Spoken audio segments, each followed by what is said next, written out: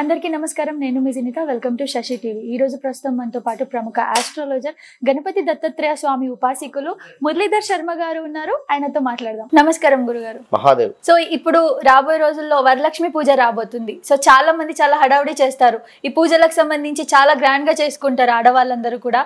So మీ దృష్టిలో ఎలా పూజ చేసుకుంటే బాగుంటుంది అనుకుంటున్నారు? ఎలాంటి విధానాలు పాటించాలి అండ్ ముఖ్యంగా దీనికి ఫలితం ఎలా ఉంటుంది? తప్పకుండా ఫలితము అనేటువంటిది కాదు, కానీ ఇది వరలక్ష్మి వ్రతము. శుక్రవారము, రెండవ శుక్రవారము అద్భుతంగా కూడా మంగళవారాలు, ప్రతి మంగళవారం కూడా మంగళ గౌరీ వ్రతాలు ఉంటవి చక్కగా. ఇప్పుడు రెండవ శుక్రవారము వరలక్ష్మి అమ్మవారిని కొలిచేటువంటి రోజు. అవును. అయితే ఇక్కడ కొంతమంది ఏం చేస్తుంటారు అంటే ఆడంబరాలకు వెళ్తూ ఉంటారు.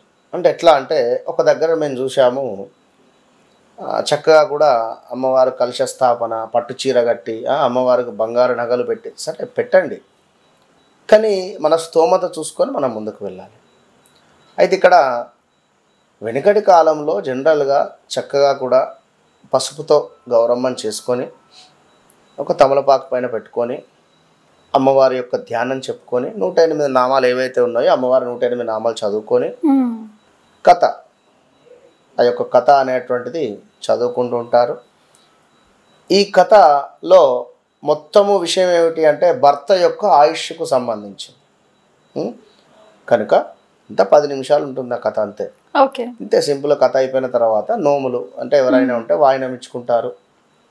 వాళ్ళ అత్తగారికి కానీ అమ్మగారికి కానీ లేదా ఇంట్లో ఎవరైనా ఉంటే ముత్తైదువులకు పిలుచుకొని పసుబొట్టించుకుంటారు. ఈ పసుబొట్టు ఇచ్చేటువంటి క్రమంలో ఖచ్చితంగా కూడా ఇంటికి వచ్చినటువంటి ఆడపడుచులకు కాళ్ళకు పసుపు రాయాలి, నుదుటన కుంకుమ పెట్టాలి. అదేవిధంగా పువ్వులు ఇచ్చేటువంటి ప్రయత్నం చేయండి. మరొకటి ముఖ్యంగా కూడా వారికి ఒక పసుపు అండ్ కుంకుమ ఒక గిఫ్ట్ అంటే తాంబూలం రూపకంగా ఇచ్చేటువంటి ప్రయత్నం చేసుకోండి. ఇక్కడ గాజులు కూడా ఇవన్నీ కూడా ఇస్తే అమ్మవారు ఎంతో కూడా మురిసిపోతుంది. ముఖ్యంగా ఒకవేళ ఇది ఇంట్లో చేసుకునేటువంటి వారు ఏమిటయ్యా అనుకుంటే చక్కగా కూడా ఒక ఎల్లో క్లాత్ను వేసుకొని అందులో కొంత బియ్యాన్ని పోసుకొని కలశ స్థాపన చేయాలి అనుకుంటే చక్కగా కలశం పెట్టుకొని ఆ యొక్క కలశానికి చక్కగా పసుపు రాసుకొని అమ్మవారి యొక్క రూపకంగా బొట్లు పెట్టుకొని అందులో కొన్ని నీళ్లు పోసి అందులో జవ్వాదు అని చెప్పి మనకు మార్కెట్లో దొరుకుతుంది, లేదా ఒక 4 లవంగాలు, ఇలాచీలు, పచ్చకర్పూరము, అదేవిధంగా జాజికాయ, జాపత్రి, వీటన్నిటినీ కూడా గ్రైండర్ చేసి ఈ యొక్క సుగంధ ద్రవ్యాలను ఆ యొక్క నీటిలో కలపండి. కలిపి చక్కగా కూడా ఒక కొబ్బరికాయ పెట్టాలి. కొబ్బరికాయ పెట్టి దాని మీద ఒక జాకెట్ పీసు అమ్మవారి రూపకంగా పెట్టేసి ధ్యానం సర్వమంగళ మాంగళ్యే శివే సర్వార్థ సాధకే శరణ్యే త్రయంబకే దేవీ నారాయణి నమోస్తుతే అని చెప్పి ధ్యాయామి, ధ్యానం ఆవాహయామి అని అక్షంతలు వేసి దండం పెట్టుకొని అటు పిమ్మట చక్కగా కూడా ఒక 3 సార్లు నీళ్లు చల్లుకొని అమ్మవారికి పాదాలు కడుక్కోవడానికి నీళ్లు, కాళ్ళు కడుక్కోవడానికి, మన చేతులు కడుక్కోవడానికి నీళ్లు, ముఖం కడుక్కోవడానికి నీళ్ళు, ఇట్లా 3 సార్లు నీళ్ళు ఇచ్చిన తర్వాత అమ్మవారి 108 కాస్త కుంకుమార్చన అమ్మవారికి యొక్క 108 నామాలు చెప్పుకుంటే ఇక్కడ మనం ఆల్రెడీ పసుపుతో చేసుకున్నటువంటి గౌరమ్మ ఉంటుంది. ఈ గౌరమ్మ పైన చక్కగా పసుపు మన కుంకుమతో అమ్మవారి నామాలు ప్రకృతి నమః, వికృతి నమః, లోకజననీ నమః, మహాశక్తి నమః ఇట్లా చెప్పుకుంటూ కుంకుమార్చన చేసుకోండి. చేసుకున్న తర్వాత విడి పుష్పాలు 4 పెట్టుకొని అమ్మవారికి ఇష్టమైనటువంటి పిండి వంటలు కానీ ఇలాంటివి నివేదన చేసుకొని చక్కగా నలుగురికి ఇంటికి వచ్చినటువంటి వారికి తాంబూలాలు ఇచ్చుకుంటే మంచి ఫలితం ఉంటుంది. ఏది ఈ యొక్క శుక్రవారం రోజు. ఇక దీంతో పాటుగా మరొకటి ఏమిటయ్యా అంటే ఐశ్వర్య దీపాన్ని పెట్టండి. ఈ ఐశ్వర్య దీపం ఏమిటి అంటే అఖండ ఐశ్వర్యాన్ని తీసుకొని వస్తుంది.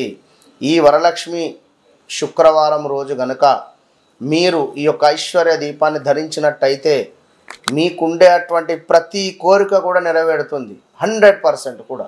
అది ఆర్థికంగా కానీ, రావాల్సిన ధనం కానీ, ఆరోగ్యంగా కానీ, లేదా మానసిక ప్రశాంతత కానీ, పిల్లలు మా మాట వినడం లేదు అనుకున్నా, లేదా ఉద్యోగపరమైనటువంటి ఇబ్బందుల్లో ఉన్నా, లేదా ఆల్రెడీ ఉద్యోగంలో ఉండేటువంటి వారికి ఇబ్బందులు ఉన్నా కూడా గవర్నమెంట్ జాబ్ ఆల్సో ఏదనుకుంటే అది అమ్మవారు మీకు తదాస్తు అని వెళ్ళిపోతుంది.